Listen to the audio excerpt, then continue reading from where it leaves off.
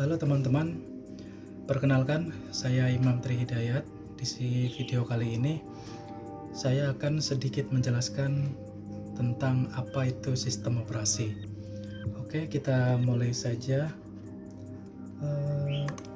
Sistem operasi adalah program yang bertindak sebagai perantara antara user dengan perangkat keras komputer. Sistem operasi digunakan untuk mengeksekusi program user dan memudahkan menyelesaikan permasalahan user. Selain itu, dengan adanya sistem operasi membuat sistem komputer nyaman digunakan.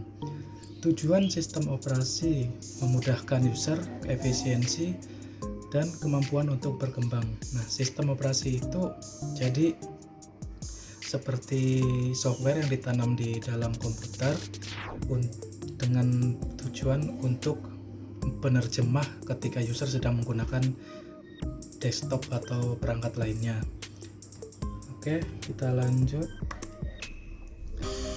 Operating system sebagai interface antara user dan perangkat keras berarti menyediakan mekanisme kepada end user untuk menggunakan utilitas yang disediakan. End user tidak mau tahu akan detail proses yang melibatkan komputer hardware, sehingga end user hanya berinteraksi via aplikasi-aplikasi yang disediakan. Oke, kita lanjut.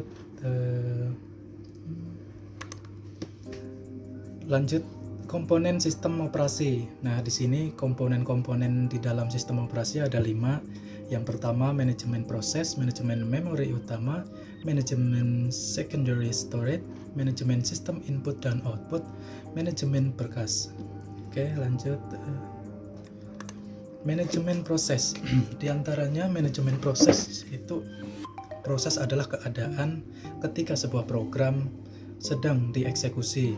Proses membutuhkan beberapa sumber daya dan berupa CPU, time, memori, berkas-berkas, dan perangkat-perangkat input-output untuk menyelesaikan tugasnya. Nah, tanggung jawab sistem operasi atas aktivitas manajemen proses. 1.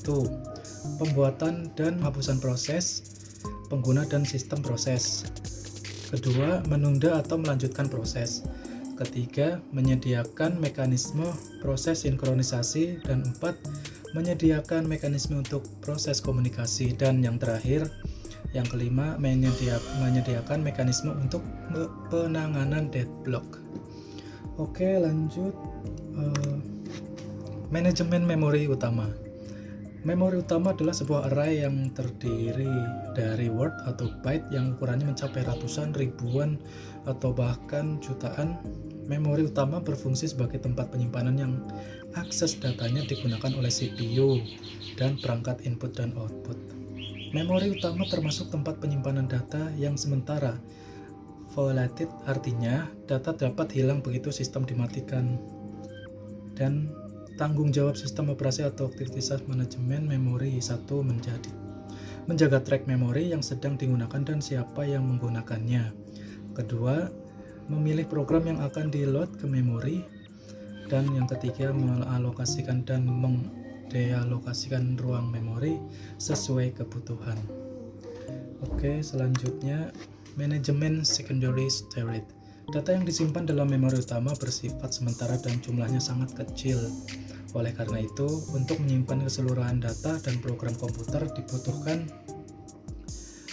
dibutuhkan secondary storage yang bersifat permanen dan mampu menampung banyak data. Contoh dari secondary storage adalah hard disk, disket, dan lain-lain. Tanggung jawab sistem operasi atas aktivitas disk manajemen antara lain: 1. Alokasi penyimpanan, dan kedua, penjualan disk. Oke, lanjut. Manajemen sistem input dan output. Sering disebut device manager. Menyediakan device driver yang umum operasi input-output seragam atau membuka, membaca, menulis, menutup. Contoh, pengguna menggunakan operasi yang sama untuk membaca berkas dan hard disk, CD-ROM, dan floppy disk. Menyediakan driver untuk dapat melakukan operasi rinci untuk perangkat keras input-output tertentu. Komponen sistem operasi untuk sistem input dan output antara lain buffer atau gimana bacanya lah. Buffer yaitu menampung sementara data dari ke perangkat input atau output. Spooling yaitu melakukan penjadwalan pemakaian input output sistem supaya lebih efisien, atau yang disebut antrian atau yang sebagainya. Oke, dan yang selanjutnya manajemen berkas. Berkas adalah kumpulan informasi yang berhubungan sesuai dengan tujuan pembuat berkas tersebut.